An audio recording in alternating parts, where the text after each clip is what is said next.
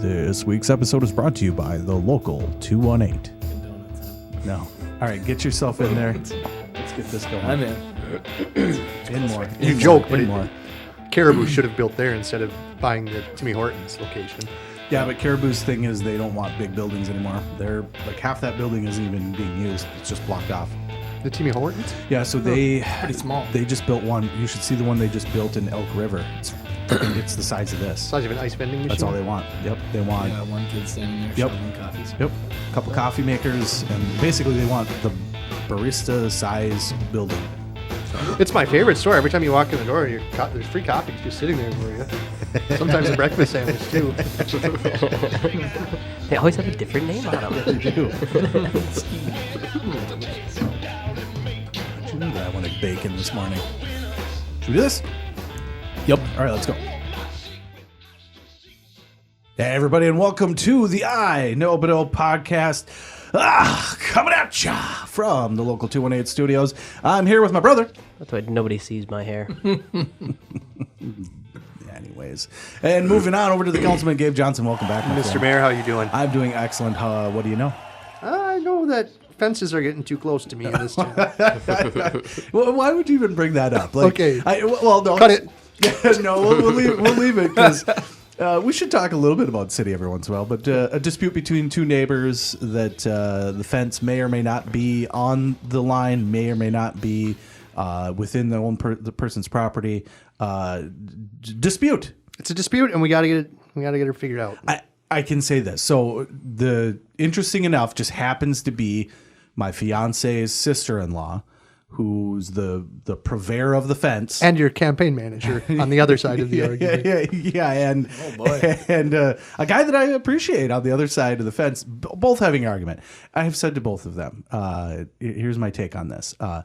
As a city, and this is how I believe about government in general, we create parameters, and you operate within those parameters. Beyond that, I don't fucking care. I don't care. It's a fucking fence. Do it. If you're allowed to do it, do it. If you're not allowed to do it, don't.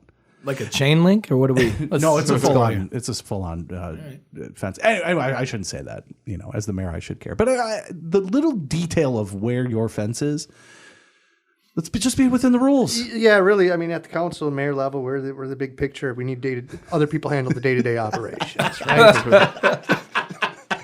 The 6-inch moving of the fence. All right. Anything else going on in your life besides being a dick? No, that's about it. Youth sports is fun. Well, you're done. You had said championship game, second place. I didn't really want to talk about that. Well, it happened. Second place. Yeah, the East Side boys. The East Side boys lost to the Nisswa St. Francis North Side boys. Yep, that's unacceptable. Tough one. In what? BYA football. Yes. Was it close? Yeah, it was a close. It was like 34-32.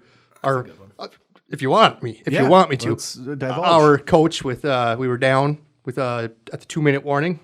Ran a play, got a first down, called a timeout. Ran a play, got a first down, called a timeout. Ran a couple plays, got a touchdown. 1:25 on the clock. With us with the lead, other team marches down the field and scores. Ooh. Clock management. Why you call timeout? Clock 100%. management. Call timeouts. That is- Don't call those timeouts, coach. No, that's you got to get that down to 30 seconds, run that last play. Yep. Still have 2 timeouts left, good to go. Yep. That's too bad. Well, it happens. So, all right. Well, good. Tough shit over there with those East Side boys. Hey, you know that laugh. It is the one, the only, Mr. Keith Larson. Hey, everybody. Oh, the Fivesome Foursome is back. Welcome on board, my friend. What do you know? Nothing too crazy the last couple weeks. Just happy the Vikings got another win. Yeah. Somehow or another, we're coasting into a bye week, so we can all be happy for at least 2 weeks in a row here, possibly. At least 2 weeks. Skull. Are we coasting into a bye? I feel like We stumbled into the we are bye. stumbling, We skidded into it a little bit. You have a tendency to just limp along. scratching and clawing. Yeah. But yeah, no, it was Nails fun. in our It was a knees. fun win on Sunday. Yeah, it's always good when the Vikings win, but it's always nerve-wracking as well. It never can just be, us winning. That's just not reality. So No. All right. So first of all, before we get going any further, we should bring up the sponsor. We got to talk about Local 218. Heard of it? Heard of it. Still opportunities. Obviously, this week with a bye week, you're not going to be getting in there and watching the Vikings games. But the Bottomless Mimosas, obviously, keep that going. Have you been there in a while? It's been a while. Been a little bit. been a while. I haven't had the breakfast yet. I need to make a breakfast for him. You've got to get there for the breakfast. Yep. Eggs Benedict, fantastic. Get it. Yeah, that's the one that So I've had the Eggs Benedict just in regular life. I know PJ. I've had it in regular life. It's freaking delicious.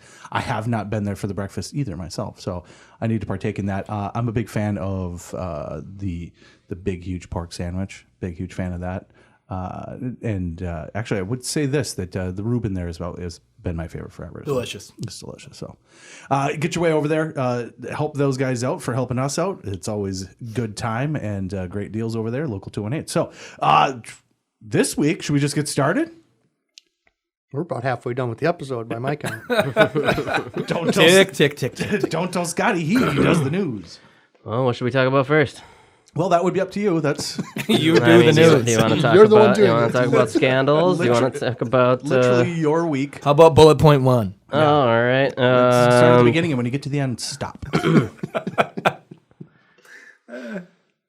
So this would be a sight to see. Servers dressed as Power Rangers at Oakland restaurant save woman being attacked. As is customary. Awesome. 100%, as is tradition. As is, of course, the tradition. How many though? Was it the full cast? Because if you got doubles up there, if you got 2 Pink Rangers, you've lost me. I've been pulled from the majesty of the moment.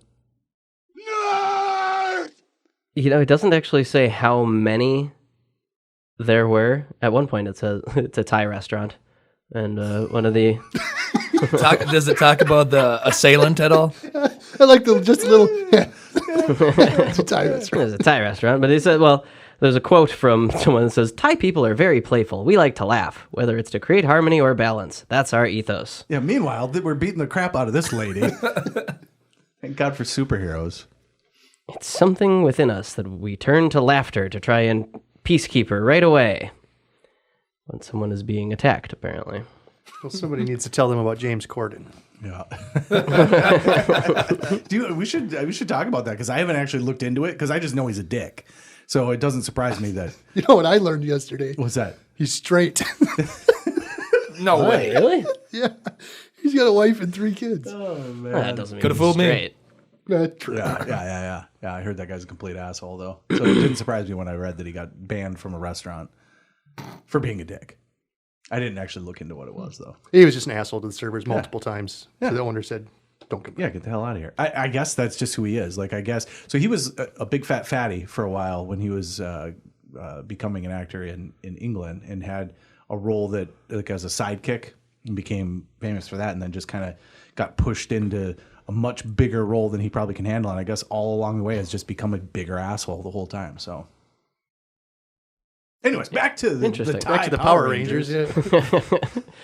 Employees dressed as Power Rangers at a new restaurant in the East Bay sprang into action and became real superheroes by saving a woman who was being attacked. The whole incident was documented in a now viral series of tweets by a woman who was having dinner. You gotta remember to chew those pork chops, buddy. According to her Twitter thread, which has hundreds of thousands of impressions, everyone seemed to jump into action to de-escalate the situation. If somebody didn't yell, "It's morphin' time," Well, it's as if the sight of 90s superhero taking orders or slinging drinks at the bar wasn't amazing enough. What happened at Noka Ramen in Oakland around 8 p.m. on Friday could be described as morphin' time. There we go. Thank you. Is there video footage of that? There is not. Oh, that's amazing. Yeah, that's fantastic. If you are coming to work dressed as a Power Ranger, at some point you looked over for another server and nodded. And we're like, Right, yeah. this is happening. This is our duty. This is what we have been preparing for. This is our reason to live. Oh, man. All right. It doesn't say why the lady was being accosted or anything, just that she was? Well, it says, hold on, where'd it go?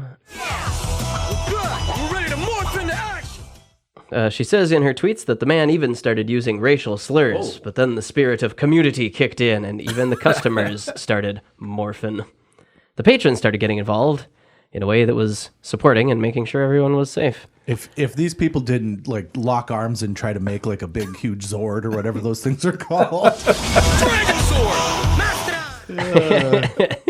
all of a sudden somebody comes in on a rascal scooter and just becomes the Foot.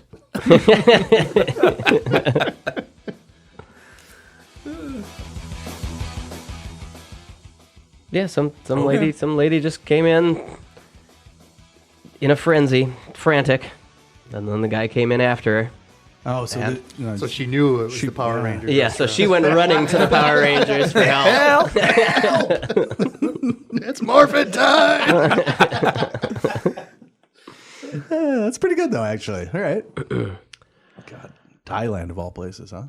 Well, it was in Oakland. Oh, It was a Thai restaurant in Oakland. well, this changes everything. This changes everything. I just assumed it was like a restaurant in Thai. I didn't think it was like. I don't know why. God damn it. Well, here's the deal. Okay, so he said it was a Thai restaurant. I just assumed it was just a restaurant located in Thailand. Unlike all of the other Thai restaurants that are located across the globe. It really changes everything because I was just envisioning a bunch of Taiwanese people. Is that what they're? No, those are people from Taiwan. Thailandese. You are on fire. Thailanders. Thai. Could only be one. One of my best friends is from Thailand. Yes, he is. He's a Thailander. He is Thai. Oh no! Gonna hit it again. Thailandese. That's terrible. All right, I apologize. Well, anyways, I just it really changes everything about that story for me. I don't know how that happens. You start telling stories in my head, everything is completely different than what is really happening. All right, well, Yeah. next. A blind Arizona woman is making a rare but monumental achievement. She's piloting a plane. What? Kaya Armstrong spent months preparing for the journey of a lifetime as a student at the Foundation for Blind Children in Phoenix. Quote, I've had to go through extensive ground school and in-flight training just to figure out all the ins and outs and all the details, I bet. Armstrong said. Yeah. It sounds like a bad idea. They were able to get me a poster of the inside and exact replica, she said. I Stop. was able to braille it at home, so I Okay. put it up on the wall or on the table and just sit in front of it and practice for hours. I was gonna say a poster ain't gonna get it done. Yeah, no, they gave me a poster, so... Here, knock yourself out. Yeah. What are you doing? Guessing? I guess the ground's not coming. You're going to have to braille this yourself. I mean, come on. Oh no. Yeah. Okay. How does that work? It's all part of an event called Flight for Sight, which is meant to give blind kids a chance to prove that they're capable of anything, according to Mark Ashton, CEO for the Foundation of Blind Children. I don't think that blind people are not capable of everything. I think that they are capable. I do think they're incapable of flying a plane, I do It'd think be on the list. driving a car. I think there are things that they have limitations with that we should maybe just say, hey, not the plane. Let's start there. Let's start with the trains, maybe. Planes, not so much. You know, I'm going to... I don't know about the train idea either. Well, the train's on a track. Yeah, it's just a go. Yeah, you still don't know what's in front Well, of you. yeah. I think a train conductor probably uses his eyesight more than a commercial airline pilot. I don't think they're looking at anything other than the gauges. So as long as the blind person knows where the gauges are that still and can seems- use the instruments, you don't like a Cessna. I don't want a blind person driving a Cessna. Sure, but a Boeing 747, have at it. Is this a case where like the turbulence is like Braille? Like that tells. Whoops, my finger slipped.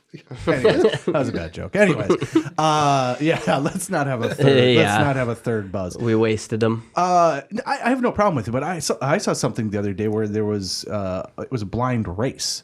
So the athletes that were racing had a person with them that they held hands with. Yes. and then ran the race. That was like on a track. Yeah, Was yeah, that like like, at- that was like like at a like a legit event. Yeah, yeah. They had something cover their eyes as well, so there must have been like varying levels of being able Sure. to see.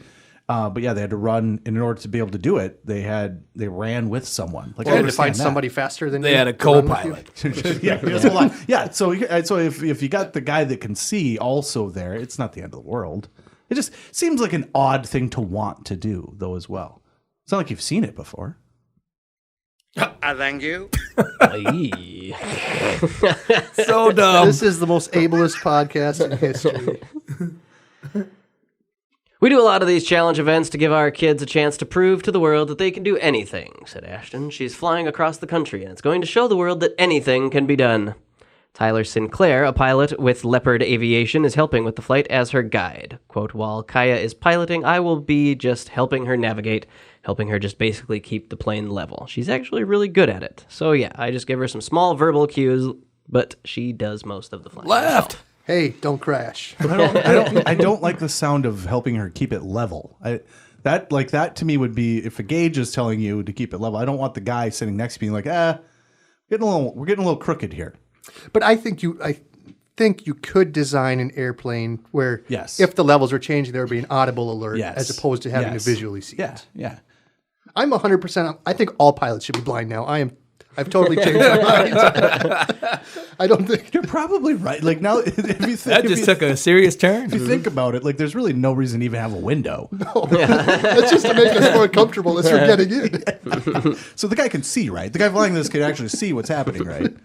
Yeah, I think I'm moving more in your direction now. Quote, I think the biggest message I want everyone, both sighted and blind, to take away from this is that we don't have limits, Armstrong said. The only limits that we have are the ones that we've given ourselves. And I you want- can't see. Yeah. Okay, thank you. Your eyesight is a little It's bit a limited. limitation. You have Eyes limited limitation. eyesight. I did want to be the one jumping on that part of it, but yeah, there's one limitation. It's the eyesight, but that's okay, though. I want everyone to stop limiting themselves. Yeah, it's pretty good. Good for her. I'm happy. That's uplifting. That's uplifting. And it Scott. sounds like there's been no problem yet. So, foam down. Oh, not all the way. It's clinging. It's clinging. We got foam that's trying to fall down. Shake it. There it goes. All right. Just so the listeners are reminded, every single week I come in here and I have to put up the foam just on the one wall in the corner. Every single week there are 6 to 8 pieces of foam that have fallen down, and the other wall, the other corner, completely fine. Never lost a single piece. So it's unbelievable. What have we been doing this now for like 4 months again? God, It was even March Madness. Yeah, We did the name. So, yeah. Jeez, 6 months, and this wall totally fine. Never lost a piece of foam. That wall, every single week. Next. You might assume that Texas Pete hot sauce is surely made in the Lone Star State. No, it's not. And hold on. I think I know. New York City. No, I think it's North Carolina. I think North Carolina. Yeah. How do you know that? Good Mythical Morning. Yes, probably. 100% you know that because of Good Mythical Morning. Probably, yes. So Continue, Do sorry. we not need the Zori now? Yep, that's it. Well, my friend, it's actually produced hundreds of miles east of Texas in Winston-Salem, North Carolina. While many of us might be slightly surprised by this spicy factoid, one Los Angeles man was so disappointment that he filed a class action lawsuit against Texas Pete. Rightfully so. If Kraft macaroni and cheese has to be a dinner, then Texas Pete has to be a Texas. Today reports that shortly after Philip White purchased a $3 bottle of Texas Pete from his local Ralph's store, he made the discovery that the hot sauce is made in North Carolina. White understood that the hot sauce was made in Texas based on the words and images on the product's label. The lawsuit adds that he, quote, would not have purchased the product. Had the cowboy not been from Texas. This is a bunch of shit. I hate America. The words and images. That's a cowboy. That's Texas. I've been bamboozled. Doesn't even taste good How anymore. far would you accept a cowboy being from? Like, how far to the east? Is Texas the barrier? Is that I don't know. I would say the Morocco? Mississippi River is the Mississippi? barrier. Okay, yeah, the Mississippi River. Okay, I'll take that. So you would go into Louisiana. Louisiana acceptable for cowboys? You know, I wouldn't be my first thought. And if the words were telling you Texas, then it for sure has to be Texas. Would not be thinking Winston-Salem, North Carolina. No, you wouldn't think so. The lawsuit adds that he would not have purchased the product or would have paid significantly less for it had he known its true origins. I'll give you half. $3. How about $2? By representing that it's Texas Pete brand hot sauce, products are Texas products. When they are not, defendant has cheated its way to a market-leading position in the $3 billion hot sauce industry at the expense of law-abiding competitors and consumers nationwide who desire authentic Texas hot sauce. I love and hate this guy at the same time. It's a lot of work. By the way of its false marketing and labeling, defendant knowingly and intentionally capitalizes on consumers' desire to partake in the culture and authentic cuisine of one of the most prideful states in America. The defendant is suing for 39 cents. What are you hoping to get from this besides forcing them to change their name? Lifetime supply of the sauce. Let's go. Yeah. No, just enough coupons that it's always discounted from $3. Unbelievable. I don't even like Texas Pete. You use it, don't you, Scott? He's Texas a fucking Pete? liar. Yeah. What? He's a fucking liar. Texas Pete? Yeah. Oh, yeah, I His would name's never. probably I would not never. even- his name's probably not even Pete. I can't say that I am familiar with Texas Pete Oh, you're hot not? sauce. It's Really. not very good. Yeah, a lot of those hot sauces are just too similar. You know, if I Yeah. get one, you won't get one. You get them all. You get your Louisiana. That's what it kinda Louisiana tastes or like. Crystal, Yeah, it tastes Texas kind- Pete. yeah. Those are There's very another one- similar. There's another one that looks exactly like the Texas Pete label Yeah. that I can't think of. Yep. It's always in the Tapatio. Tapatio. Tapatio. Tapatio is good. Tapatio is good. Scott likes super hot sauces, like the type that like you eat them and you're like, wow, my mouth hurts, and then the next day you're like, wow, other things hurt, and I don't like my life anymore. Yeah, I would say most days of my life I put hot sauce on something, generally a piece of pizza. Yes. And Angie has to hear me complain every time. Why do I do this to myself? Oh my God, it's so hot. All right. Well, But never Texas Pete. yeah, it's okay. It's very much like Crystal. Like Yeah. if you've ever had that, or the Louisiana hot sauce. There's a distinct flavor to Will you those. Google where the Louisiana hot Yes. sauce is made? Okay.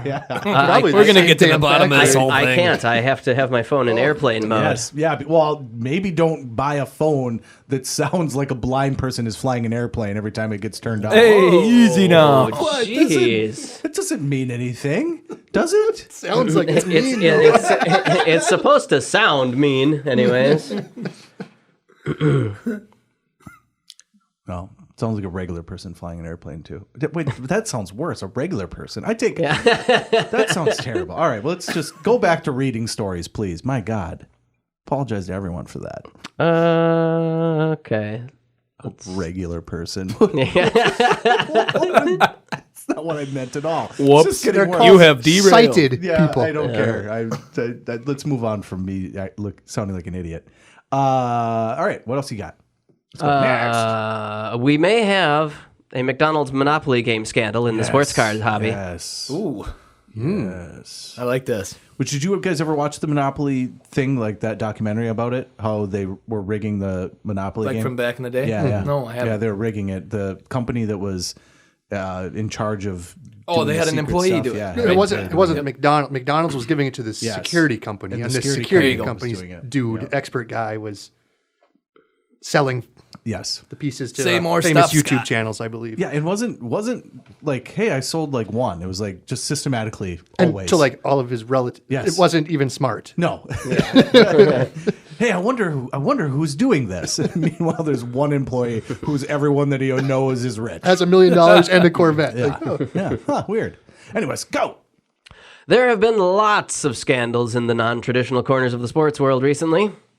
Fishermen allegedly shoving lead weights in fish. Yes. Chess champions allegedly shoving anal beads in themselves. Yes. Ooh. And now potentially a scandal in sports card collecting. In the sports card hobby, there are breaks. In a break, you can buy spots, usually based on team, in an unopened box of cards.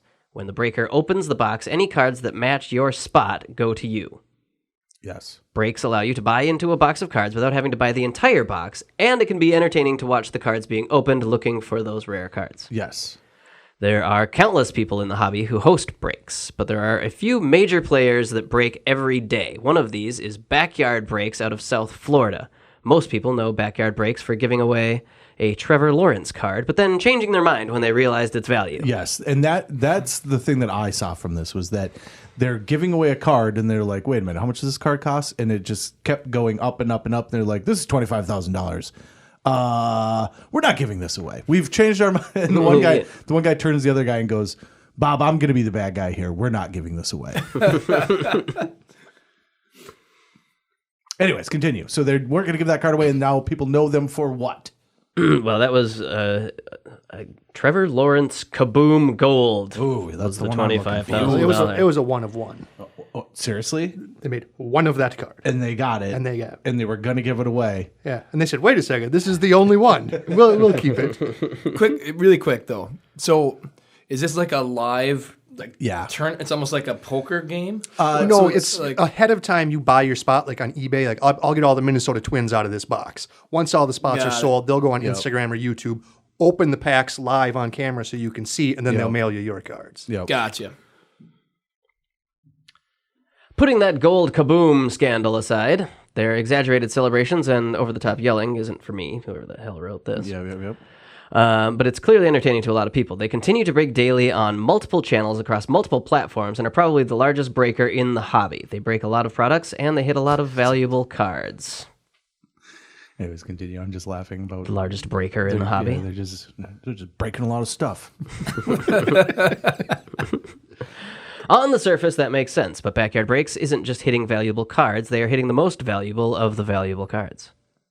Out of the most expensive NBA card sets from this year, Backyard Breaks has hit the top 4 most valuable cards. What are the odds? Let's find out. Yeah. Eric Whiteback did the math and made a great thread on Twitter on what the odds are of Backyard Breaks hitting those 4 cards. If you enjoy statistics, it's a good read. Cliff Note version. Yes. There's something incredibly fishy going on with Backyard Breaks, pulling multiple product hits out of America's top products, whatever, card thing. The statistical improbabilities are absurd. Here's a deep dive on all the data. Backyard would have had to rip $40,138,800 worth of these 3 products to have even a 0.5% chance to hit these 4 cards. Most improbable thing of all time.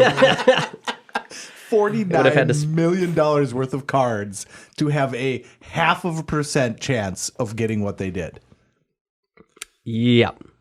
1 in 200 after spending $40 million. Unbelievable. That's unbelievable. Yeah, and he broke it down further. Yeah. After spending $49 million on cards. When I think he goes on. In conclusion, one of 3 things must be true. Yeah. 1, Backyard opened $40 million of these products and got 1 in 200 lucky. Yeah. 2, Backyard opened less than $40 million of these products, but got absurdly lucky, 1 in 117,000. Or 3, someone is giving Backyard loaded boxes. Mm-hmm. You tell me which is most likely. So give us the breakdown on this then. So what do you think's happening? I hope it's option 2 and they just got absurdly lucky. Yep. But, I kind of lean towards the Panini. Somebody at Panini is, on the inside is giving them the boxes. Yep. And it sucks because Panini and Topps really saved card trading in the last 10 years by limiting runs and doing print runs and 1-of-1 cards and saying, hey, we only print 4,000 of these boxes. Yep. So they have value and they're limited, unlike the Ken Griffey Jr. stuff where they just print that rookie card nonstop. Well, but now that they say we only print 4,000 boxes, the consumer can do the math and say, this is a 1 in 100,000 chance. What the hell is going on? Yeah, it's super interesting because our age group, and maybe not so much Scott, but you were into cards. A little bit. Yeah, you were into cards. You were more into sending them to Jerry Rice and having him sign things, which was ridiculous. The amount of times that you had Jerry Rice sign things. It was 1 time. I got Jerry Rice. That's enough time. That's absurd. And Joe Montana. That's a 1 in 100,000 No, chance. that's smart. That's enough times. But we grew up with cards. Like that was I have a million of them. Yeah, and, million. And it was a big thing. It was a big deal that, you're going to collect cards and they're going to be worth money. And it was a fun hobby to have. And then what ended up happening was, specifically the Ken Griffey Jr. rookie card, they just kept printing them. Topps just decided it's money. We're just going to, because they were worth about $500 a pop when they started doing that. And they just kept printing sheets of them. And they themselves every single one was $500, $500. Well, that's not really how things work if you just keep doing that. And it completely imploded the entire card industry. Yeah, by the end of the 90s, no card had any value whatsoever. Right after we got done spending all of our money, All of our childhood forever, money. like On these investments. I bet you I have $50,000 of cards spent, and they're probably worth. I don't know. They're nothing. Take a shot. They're from the Gabe. 90s. They're from the 90s. They ain't worth They're nothing. worth nothing. This is unfortunate, though, this Panini thing, because it's on the back of just a month or two ago, Topps. Somebody noticed Topps didn't include a certain amount of their inserts in the Topps Chrome boxes. And when somebody pointed that out, like, hey, I've bought X number of boxes, I haven't gotten this card, Topps immediately said, oh, shit, we forgot. They're just sitting here in the factory. Our bad. Give us your receipts. We'll mail some cards out and blah. So Topps tried to rectify it right away, and the company made the statement saying, holy shit, it's sitting in our factory. We didn't even know. Yeah, but that's still They've got doesn't cards work. sitting around their factory. So now every single box of those cards is worth nothing because the one that you wanted doesn't actually exist. Yeah, half of the inserts aren't even possible to get. They forgot to insert them. Literally a mail-in rebate for your card. Yeah. Unbelievable. Yeah, it's super funny because now my son, who's 15, he just kind of is coming to a tail end of where he got into it for a little bit, but it was the same thing. It was like Panini specifically. That was the brand where it's like, I'm going to buy this box and enjoy the opening of it because they'll do things where this is a chunk of a jersey, like that type of interesting cards. Yeah, crazy. Absolutely crazy that it's just amazing to me the things that people think they're going to get away with. And especially if you're putting it on YouTube. You're sending it to guys that are on YouTube, and you think that there aren't going to be a bunch of nerds watching this. Of all the people, maybe not to broadcast that this is happening. It's the people that are watching people pull statistic amounts of cards are probably not the ones to test with this. But it's probably like a guy who wants to build up collecting, so he wants people to see these cards get pulled. Exactly. That's exactly what it is. But it's a total... I would argue that if you want to get get to the who would benefit from this, it's a company type of thing. It has to be somebody within the company that is trying to actually make it a bigger deal because they're not benefiting from it unless the breakers, whatever these boys were called, the backyard breakers, unless they're giving them a Sounds like a tag team wrestling. That's what I was going to say. It definitely sounds like wrestling.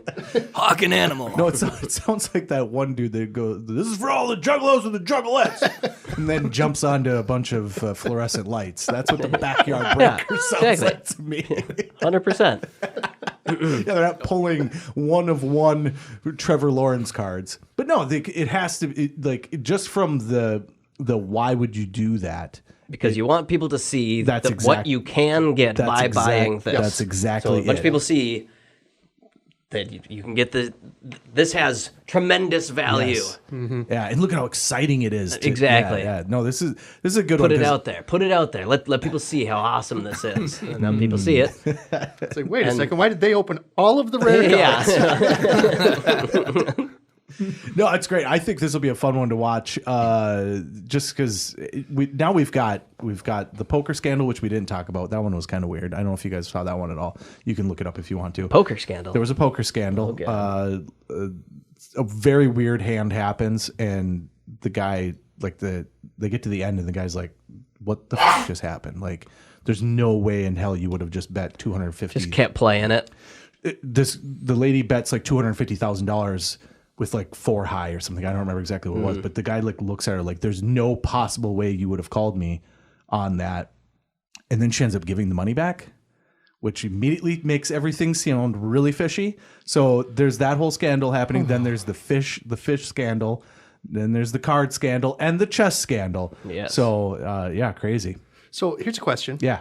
We'll throw it out there to the world. Yeah. After the fish scandal, Yep.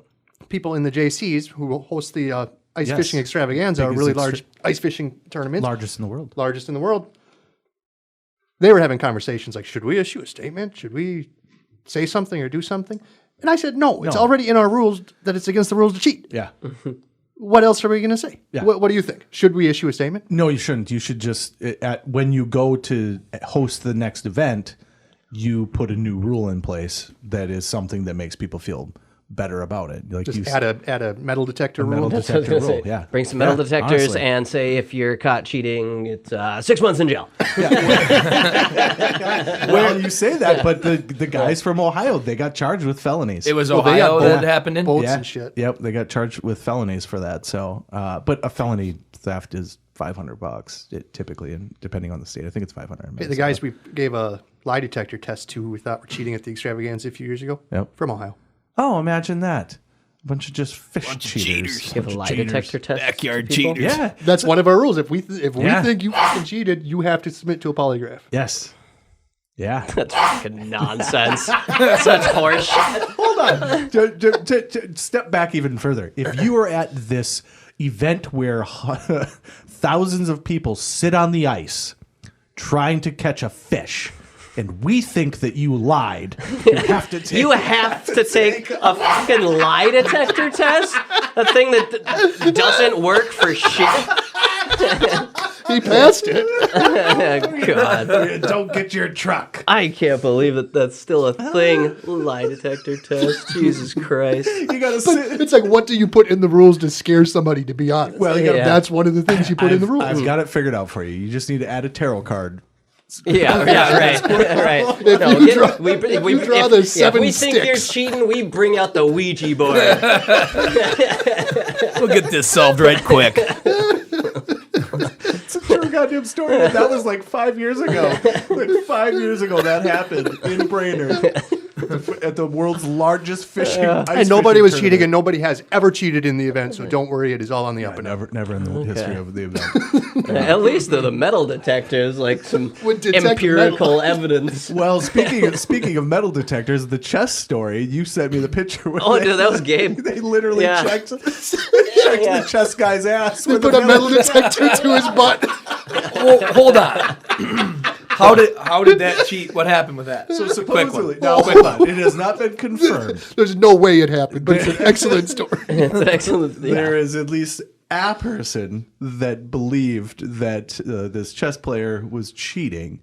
And the theory that this person brought forward was that they were using a vibrating butt plug to get signals sent to them as to what move to make. And so there is a great photo of the next event he was at where they are literally doing a metal detector to his ass. We're gonna metal detector every walleye butt that comes to the way. I think they were just metal detecting him in general, and some. But They just got the picture. Perfectly perfectly timed. That's a crafty photographer. Oh, yeah. That's a photographer that was like, oh Yeah. no, it's happening. It's morphin' time. Anyways, you got another one, or are we done? I think that. All right, that's Sums good. it up. That's good enough for me. All right, thank you, Boutros, for that. Yes. That was some good ones. We want to follow up on the card scandal because, Okay. I mean, not so much humorous, but just like the idea that in today's day and age, you're going to broadcast that. The goal, I'm sure those Right. guys have 1 million viewers on YouTube, which is crazy. Mm-hmm. Opening cards, that could be the case, but that's just the reality of what they're doing. Yeah, it's the same shit my daughter watches on YouTube. That's why I don't let her on YouTube all that often anymore. Just watching people open presents. It's exactly what these people are doing. Yes. Opening cards, opening presents. It's just adults doing it. I bought into some breaks, but I don't watch them. I just know they'll mail me the cards sometime. And I So you assume get it's like on an the- email alert and tells you what you got. Breaking. Or- Right now, we're breaking. I still don't No, quite get they it. tell us when they're going to open it. So you can go to like their Instagram and watch them open an entire box of cards. Usually it's like 5 or 8 boxes or whatever. Yeah. But if you miss it and you don't see it, No. then- You I've never seen it. They just mail you the cards that you purchased. got it. Yeah. And I assume it's all on the up and up. Maybe. Apparently not. I wonder if Gabe Johnson's watching. We're going to keep this Celencino autograph. Somebody send the signal to his butt. Just send him a bunch of Jose Canseco cards. But I'll definitely keep an eye on it because I've gotten into card collecting pretty big over the last year, and I'm a little worried. Well, now It's all, the whole bottom's going to fall out again, and it's all a scam like it was last time I was collecting. Got me again. So are we still at a point where even if I've got cards from 40 years ago, like none of them are Anything pre-1985, you Yeah. could have some value. Anything from our childhood, worthless. the problem. I wanted to get a bottle of whiskey in the winter here and just go through a million no. cards one night. No. Not even worth it. no, not when Yeah, they just kept find printing out them. the It's worth it. $3 You got and a bottle of whiskey. 17 cents. Yeah. I mean, it's something to do. All right, Gabe, you're coming over. All right, thank you over to the councilman. Thank you, Dave. Yeah, and then lastly, Keith. First of all, we've just been ripping on you, saying that there was not a chance he would actually show up. No, hey, One I for committed one. to the third week. One for one. It's You can the third see it week. right there. It's chiseled in stone. The Yep. third week. So Here I am, and I learned a little bit. You know, I might go home tonight and look at my cards. I might. I also might not. We just established that they're worthless. It's something to do, Scott. They are worthless, but I have about, not for my childhood, I purchased in the last year. I have something on the account of like 500 Kirby Puckett cards that I've paid a total of like $55. So even like Right. Kobe Bryant rookies, still nobody cares. If they're graded Gem Mint 10, yes. Well, now we got something going here, boys. Yeah. So before we get out of here, if anyone was following us on social media, gentleman from the movie American Movie, which is a documentary, passed away, and so we had said we were going to talk about it this week. We're actually going to push that off to next week. We're going to have a roundtable discussion on that movie. So if you have never seen the documentary American Movie, Keep it that way.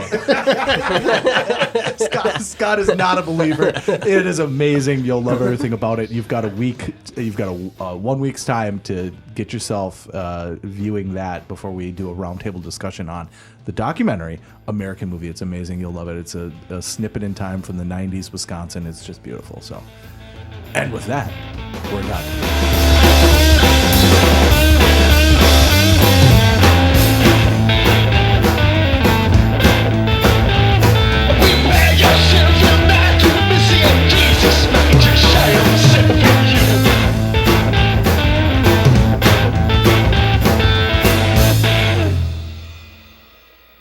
I'll watch it. Put it on. It's on YouTube in 9-minute clips. Yeah. You just watch them. Is that how you watch it, or can That's you how I on watch it. Netflix or whatever? I had the link that goes right to an internet archive that just plays. You can play the whole thing. To be fair, I didn't really watch it. It's not like I sat down and watched it. Like you said, you were listening to it Yep. while you were doing something else, and I was getting the restaurant ready this morning. Yep. So I just put that on. So I got to listen to everything that was happening. And the old man is quite humorous. All right. Because he has no fucking idea where he is No. the whole time. And then And he, they're at the, just at the end, Gets he's drunk on schnapps and stuck in the bathtub. yeah, They're just hosing him for money. trying to get him to say his line. All right, take 6. All right, take 12. All right, take 34. Jesus told me so. And he was It's just like, okay. we get him a cracker and some cheese or something. That's one of my favorite parts. It's fucking.